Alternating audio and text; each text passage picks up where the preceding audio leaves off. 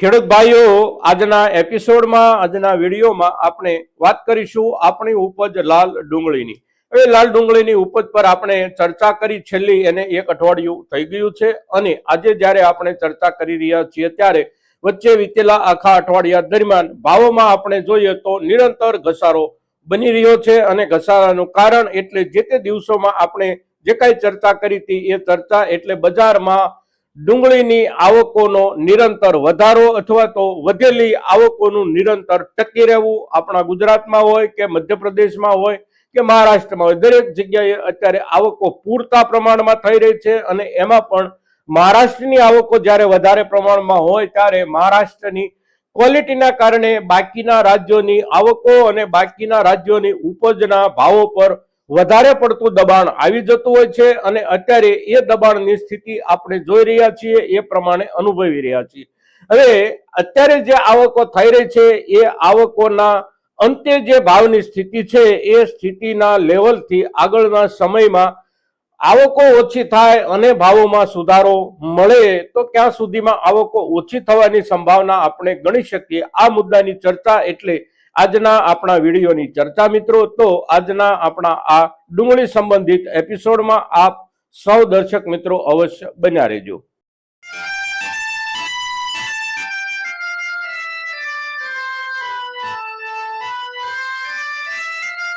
નમસ્કાર ખેડૂત મિત્રો, જય કિસાન, જય ભારત. ખેડૂત ભાઈઓ, આપણે સૌ પહેલા વર્તમાન બજાર ભાવ જે કાંઈ ડુંગળીના ચાલી રહ્યા છે એના ઉપર એક નજર નાખીએ તો આજે તારીખ છે ફેબ્રુઆરી મહિનાની 1 તારીખ, વર્ષ 2026 અને વાર છે રવિવાર.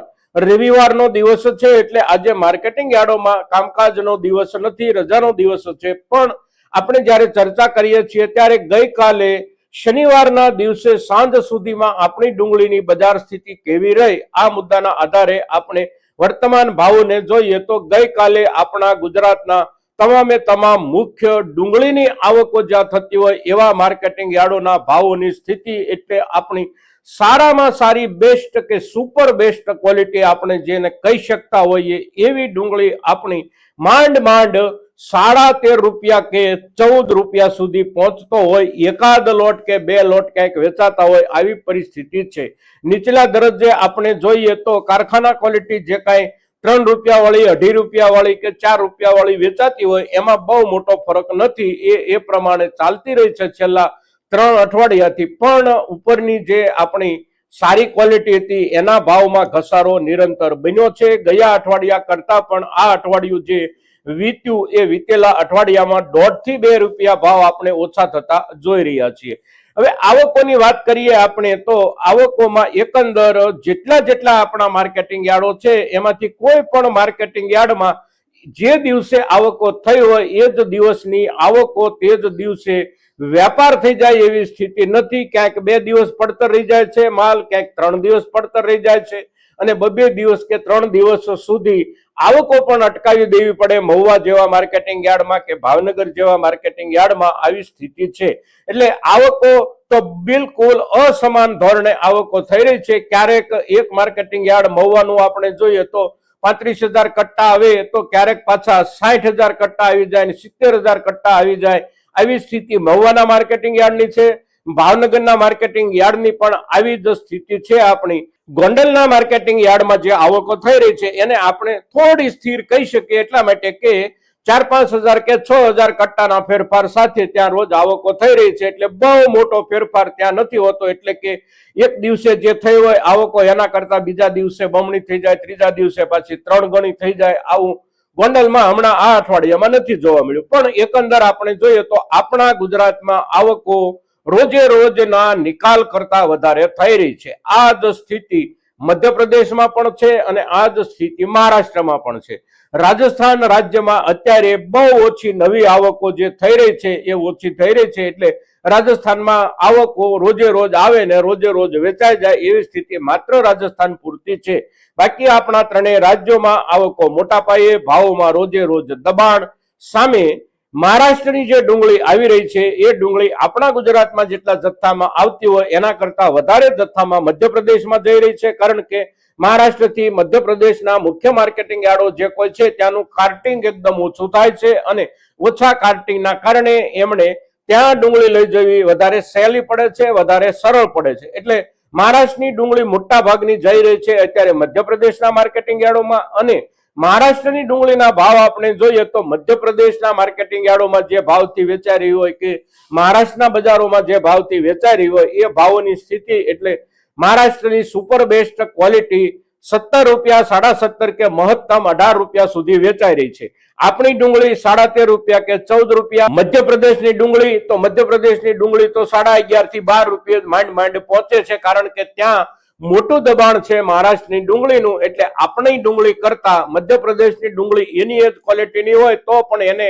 આપણા કરતા 1.5 થી 2 રૂપિયા ભાવ ઓછો અત્યારે મળી રહ્યો છે, અને એનું સીધું કારણ એટલે મહારાષ્ટ્ર તરફથી આવતી મોટા પાયે ડુંગળી. હવે મહારાષ્ટ્રની ડુંગળી જ્યાં જ્યાં જતી હોય ત્યાં ખરીદનાર વર્ગ જે કોઈ હોય અને જેમણે થોડી ક્વોલિટી સારી ખરીદવાની હોય, આવો ખરીદનાર વર્ગ પહેલી પસંદગી કરતો હોય છે મહારાષ્ટ્રની ડુંગળીની. કારણ કે મહારાષ્ટ્રની ડુંગળી અત્યારે પણ જે દેખાઈ રહી છે આપણને, એ ડુંગળીને આપણી ડુંગળીની ઉપજની ક્વોલિટીમાં ખૂબ મોટો ફરક છે. ભાવમાં જે ફરક છે 4 રૂપિયાનો કે 5 રૂપિયાનો આપણે સમજીએ તો આ જે ભાવનો ફરક છે એવો જ ફરક ક્વોલિટીમાં પણ છે, અને તેથી મહારાષ્ટ્રની અત્યારે મોટા પાયે થઈ રહેલી આવકોના નીચે પણ ભાવો દબાયેલા આપણે ગણવા જોઈએ.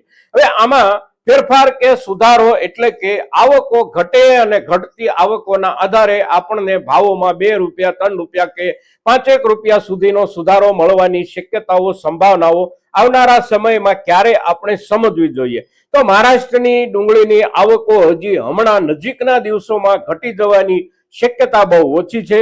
મધ્યપ્રદેશ રાજ્યની આવકો પણ ઘટી જવાની શક્યતા હમણાં બહુ ઓછી છે. આપણા રાજ્યમાં પણ આવકો હજી કદાચ બની રહે 1-2 અઠવાડિયા સુધી. આપણી જે કાંઈ ડુંગળીનું ચોપાણ છે એ ચોપાણ અત્યારે પૂરજોશમાં નીકળી રહ્યું છે, મધ્યપ્રદેશમાં પણ નીકળી રહ્યું છે. સામે રાજસ્થાનનો જે કાંઈ ચોપાણનો છેલ્લો તબક્કો હતો એ છેલ્લો તબક્કો પણ હવે કદાચ નજીકના દિવસોમાં 1-2 અઠવાડિયામાં નીકળીને આવવાનો પણ શરૂ થઈ જાય તો એ એક વધારાનો જથ્થો પણ બજારમાં ઉમેરાઈ શકે છે. એટલે આવનારા 1-2 અઠવાડિયા પૂરતો હજી પણ બજારમાં આવકોનો પુરવઠો નોંધપાત્ર રૂપમાં ઘટી જવાની શક્યતાઓ બહુ ઓછી છે. પુરવઠો કદાચ અત્યારે જે આવી રહ્યો છે એટલો જ આવતો રહે, એમાં સામાન્ય રૂપમાં વધારો પણ બની શકે કોઈને કોઈ કારણોસર. આ પ્રકારની પરિસ્થિતિ જ્યારે છે ત્યારે અત્યારના સમયે આપણી સૌથી મોટી ચિંતા એટલે આપણી જે કાંઈ ડુંગળી અત્યારે તૈયાર થઈ હોય ને આપણે ખેંચી લીધી હોય, આ ડુંગળીને આપણે ઝાઝા દિવસ સંગ્રહી શકતા નથી.